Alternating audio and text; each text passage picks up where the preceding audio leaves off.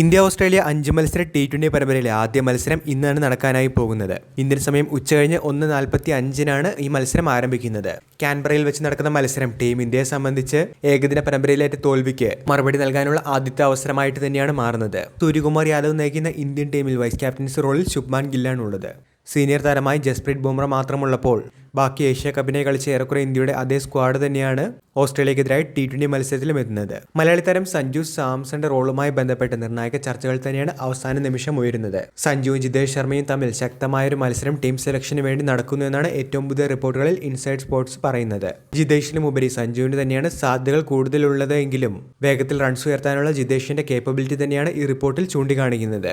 Gautam ഗംഭീറിന്റെ strong support തന്നെ സഞ്ജുവിന് മേലുള്ളപ്പോൾ BCCIയുടെ ഭാഗത്തുനിന്നും Jithesh ശർമ്മയെ playing ലെവലിലേക്ക് എത്തിക്കാനുള്ള ഒരു പുഷ് തന്നെ നടക്കുന്നുണ്ട് എന്നാണ് ഈ റിപ്പോർട്ടിൽ സൂചിപ്പിക്കുന്നത്.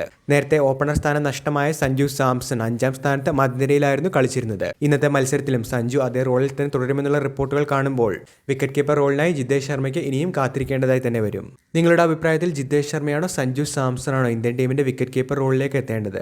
അഭിപ്രായങ്ങൾ കമന്റിൽ പറയുക. വീഡിയോ അവസാനിക്കുന്നു. പുതിയ ക്രിക്കറ്റ് അപ്ഡേറ്റുകൾക്കായി ചാനൽ ഇപ്പോൾ തന്നെ മറക്കാതെ സബ്സ്ക്രൈബ് ചെയ്തു വെച്ചേക്കുക.